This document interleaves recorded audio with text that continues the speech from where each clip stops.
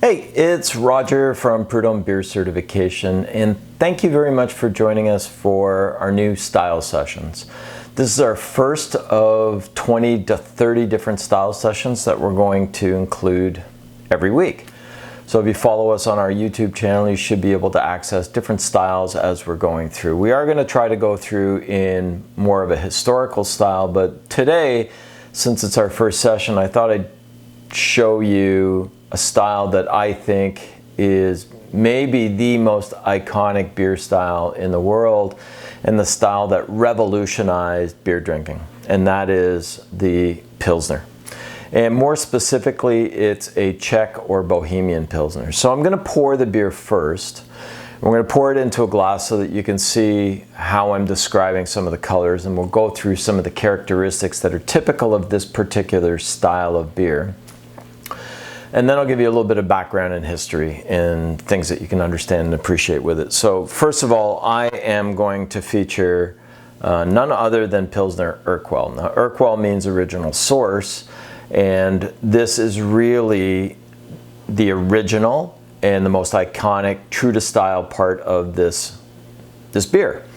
And this is the one that I always use in all of my classes to show what a typical Bohemian Pilsner should be. So I'll explain Bohemian and Czech in a little bit. So I got this Pilsner Urquell glass a few years ago. I really like it. I tend to like a little bit of a narrower glass, but I'll show you another glass that is used quite a bit in Pilsen, and that is a mug.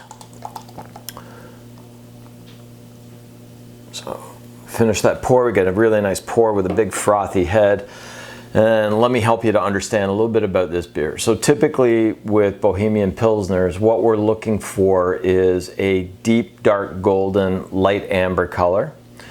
The foam is slightly off-white. It's more on the side of maybe a cream color or a brand new ivory. It's typically very frothy. So you get this really nice great foam on it.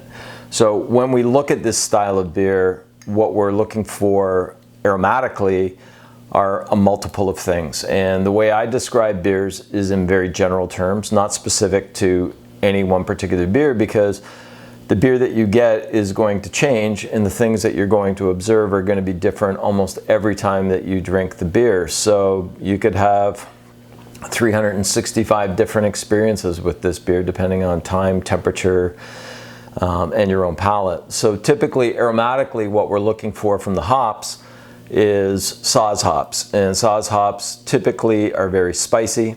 They're a little bit grassy as well. You might get hints of citrus in there, and from a spice perspective, what I'm talking about is typically pepper, and black pepper, white pepper. Sometimes because of the grassiness, I usually describe the aromatics as being similar to arugula, which gives you a bit of that grassy plus the peppery note on it. From the malt, what we should experience is a little bit of caramel, some honey. You're going to get some crusty bread, not white bread, but more crusty bread that you would see artisanally produced or right fresh out of the bakery. And that's it from the malt perspective. You might get a few other things, but really caramel, honey. The other thing with Czech Pilsners is there is an underlying note of buttered popcorn. So there is a buttery characteristic to it that we refer to as diacetyl, and in this particular style, diacetyl is an accepted trait. It's usually in trace amounts, so it's not very high, but diacetyl in most other beers is not something that we want, but in this particular beer, it is. So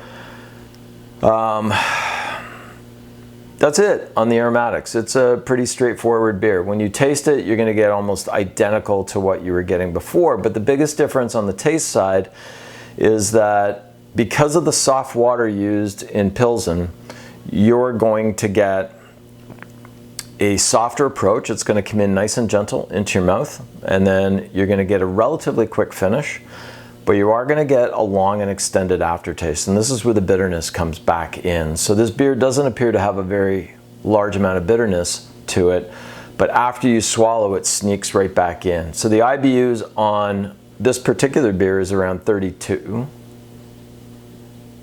No, I stand corrected. It's around 38, actually. And so there's some good substantial bitterness. And the reason that the bitterness lasts so long on a Pilsner of this type is because of the soft water that is renowned to be in Pilsen. Soft water has virtually no minerality in it. So when you get soft water, what you get is a nice gentle entry and a very long finish and aftertaste on it.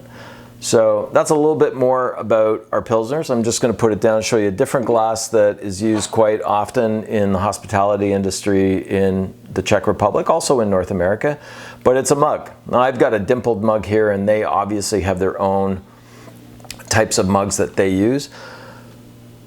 But you can use those mugs or you can use the narrower glass. The difference is the mug is going to accentuate a lot of the malt characteristics, whereas the narrower glass is going to accentuate a little bit more of the hop characteristics and compress some of that carbonation in there so you get a little bit more refreshment. So let's talk about the history of Bohemian Pilsner. So first of all, what is now the Czech Republic used to be a part of a greater area that was once also part of Germany, but this particular area was called Bohemia at that time, and it was part of the Austro-Hungarian Empire.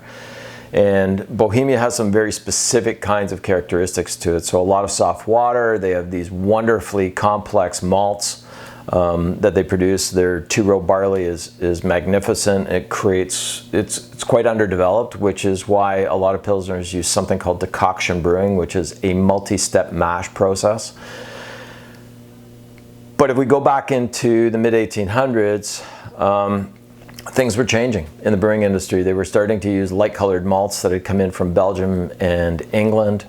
They were starting to use refrigeration, and they were starting to use filtration. And so the citizens of Pilsen decided in the early 1940s that were very unhappy with the quality of beers that were being brewed in the town.